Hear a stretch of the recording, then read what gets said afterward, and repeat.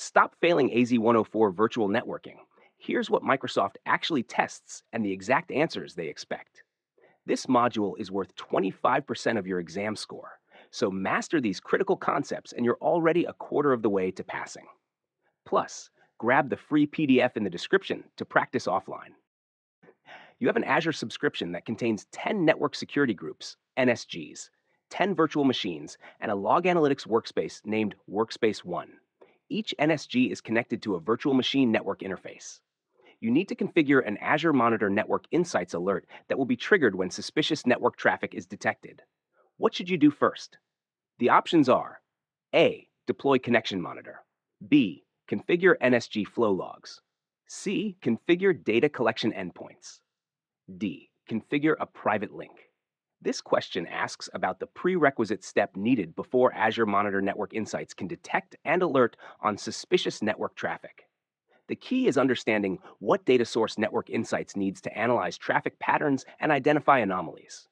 Correct answer: configure NSG flow logs. NSG flow logs are the foundational data source that captures information about IP traffic flowing through your network security groups, including source destination IPs, ports, protocols, and whether traffic was allowed or denied. Before Azure Monitor Network Insights can analyze traffic patterns and detect suspicious activity, you must first enable NSG flow logs to collect the raw traffic data. This data is then sent to Azure Storage and can be analyzed by Traffic Analytics and Network Insights. Once NSG flow logs are configured and flowing to your Log Analytics workspace, you can then use Azure Monitor Network Insights to visualize traffic, identify anomalies, and create alerts for suspicious patterns like denied traffic spikes or connections from compromised IPs. The other options don't provide the necessary traffic data. Deploy Connection Monitor is used for monitoring connectivity and latency between endpoints, not for capturing detailed traffic flow information for security analysis. Configure data collection endpoints are used for Azure Monitor Agent data collection, but don't specifically capture NSG traffic flow data. Configure a private link is for securing connections to Azure services, not for capturing or monitoring network traffic flows.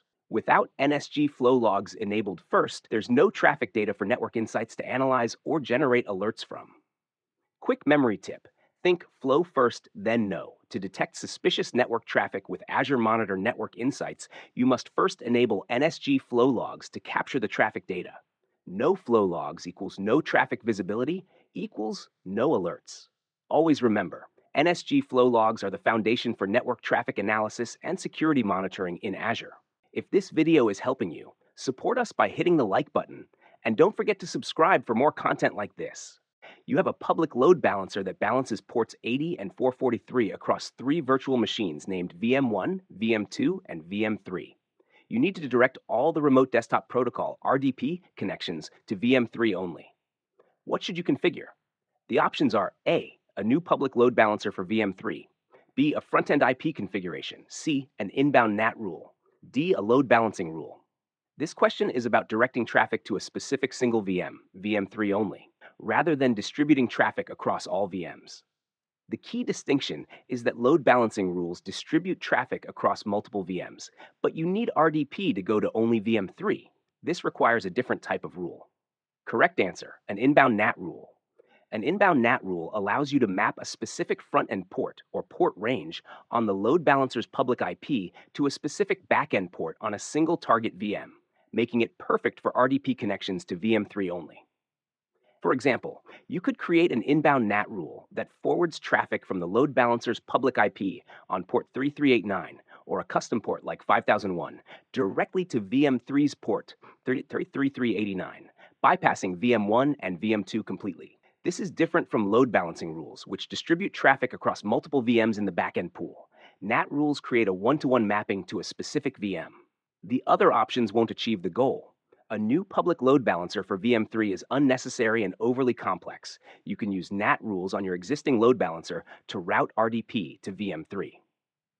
A front-end IP configuration defines the public IP address for the load balancer, but doesn't control traffic routing to specific VMs. A load balancing rule distributes traffic across all VMs in the backend pool, VM1, VM2, VM3. It won't send RDP exclusively to VM3. Inbound NAT rules are specifically designed for scenarios like RDP, SSH, or management access, where you need to connect to one specific VM through the load balancer. Quick memory tip. Remember, NAT equals named address target when you need to direct traffic to a specific single VM, like RDP to VM3 only. Use an inbound NAT rule.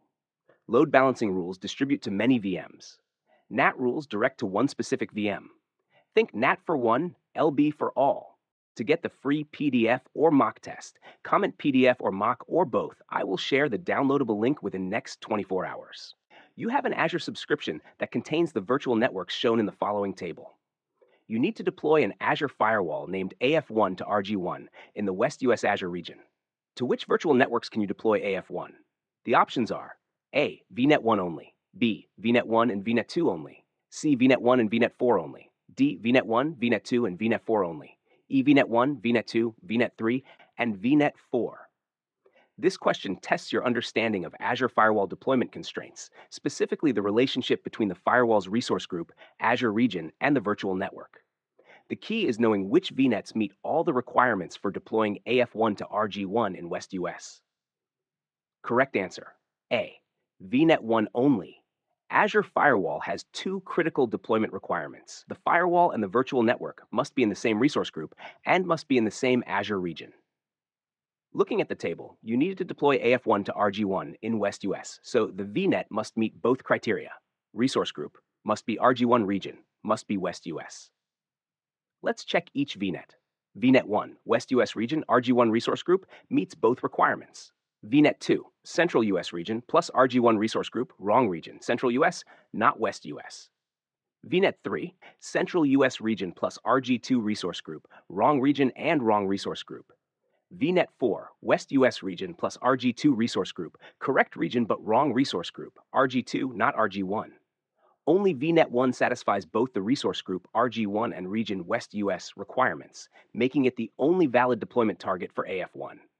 Quick memory tip. Remember, firewall follows friends in the same room and region. Azure Firewall must be deployed to a VNet that's in the same resource group and same Azure region as the firewall.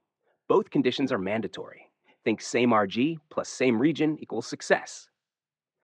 You have an Azure subscription that contains the resources shown in the following table. All the resources connect to a virtual network named VNet 1. You plan to deploy an Azure Bastion host named Bastion 1 to VNet 1. Which resources can be protected by using Bastion 1? The options are A. VM1 only, B. Contoso.com only, C. App1 and Contoso.com only, D. VM1 and Contoso.com only, E. VM1, App1, and Contoso.com. This question tests your knowledge of what types of Azure resources Azure Bastion can protect and provide secure remote access to. The key is understanding that Azure Bastion is designed for a specific purpose, providing secure RDP SSH access to specific resource types only. Correct answer, A. VM1 only. Azure Bastion is a fully managed PaaS service that provides secure and seamless RDP and SSH connectivity to virtual machines only, directly from the Azure portal over TLS, without exposing public IP addresses. Looking at the resources in the table, only VM1 virtual machine is a resource type that Azure Bastion can protect. Bastion establishes RDP SSH connections specifically to VMs in the virtual network where it's deployed. The other resources cannot be protected by Azure Bastion. App1, Web App, is an Azure App Service PaaS resource that doesn't use RDP SSH access. You manage it through the Azure portal, CLI, or deployment tools, not through remote desktop connections. Contoso.com, Microsoft Entra Domain Services domain, is a managed domain service that doesn't require or support Bastion connectivity. It provides Active Directory domain services for your VMs, but Bastion doesn't protect the domain itself, only the VMs that use it. Azure Bastion's sole purpose is providing secure browser-based or native client RDP SSH access to virtual machines, eliminating the need for public IPs or exposed RDP SSH ports on VMs. Quick memory tip, think Bastion VM Bastion only. Azure Bastion only protects virtual machines by providing secure RDP SSH access. It doesn't work with web apps, domain services, databases, or other PaaS resources.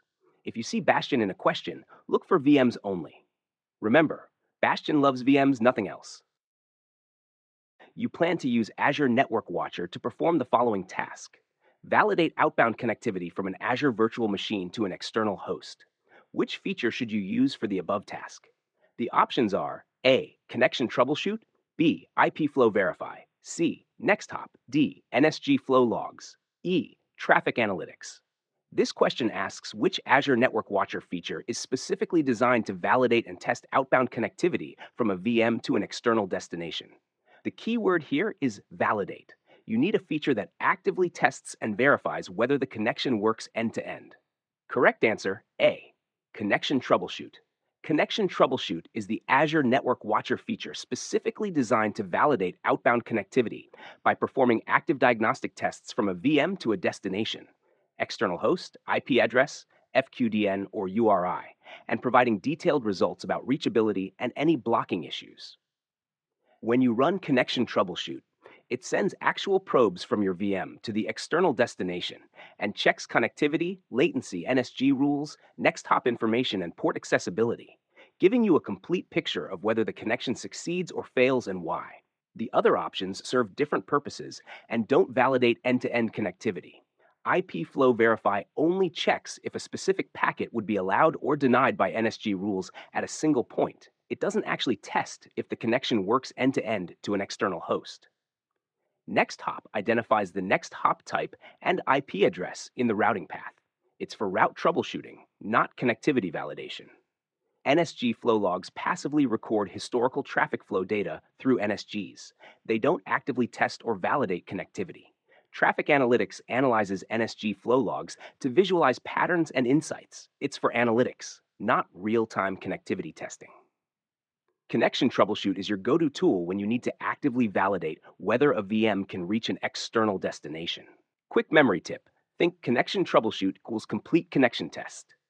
When you need to validate outbound connectivity from a VM to any destination, internal or external, always use Connection Troubleshoot. It actively tests the connection end-to-end and tells you if it works or what's blocking it. Remember, test connectivity equal Connection Troubleshoot.